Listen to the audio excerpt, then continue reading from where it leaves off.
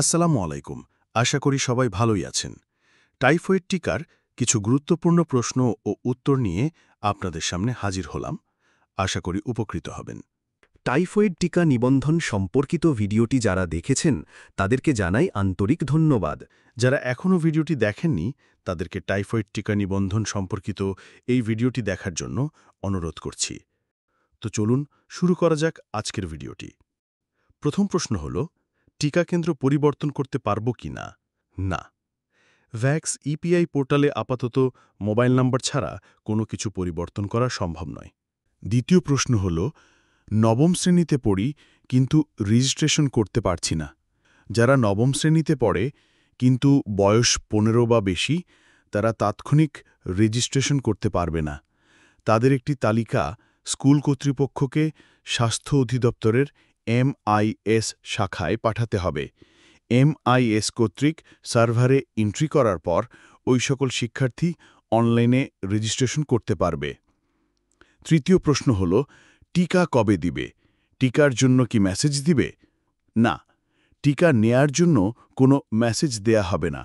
Typhoid টিকা campaign শুরুর প্রথম ১০ কর্মদিবস যারা স্কুলে পড়ে তাদের স্কুলে টিকা দেয়া হবে। তার পূর্বে প্রত্যেক স্কুল কর্তৃপক্ষকে টিকা কেন্দ্র ও টিকার তারিখ জানিয়ে দেয়া হবে।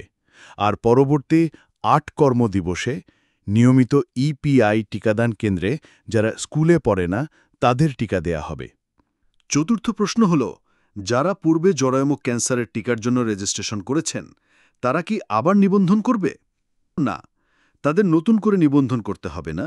তাদের শুধু প্রয়োজনীয় তথ্য দিয়ে লগইন করে টাইফয়েড টিকার জন্য নিবন্ধন করতে হবে। পঞ্চম প্রশ্ন হল, টিকা কার্ডটি কি প্রিন্ট করতে হবে নাকি মোবাইলে থাকলেই হবে? টিকা কার্ডে একটি কিউআর কোড আছে।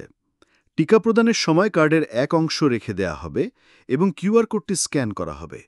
তবেই আপনি টিকার সনদটি পাবেন।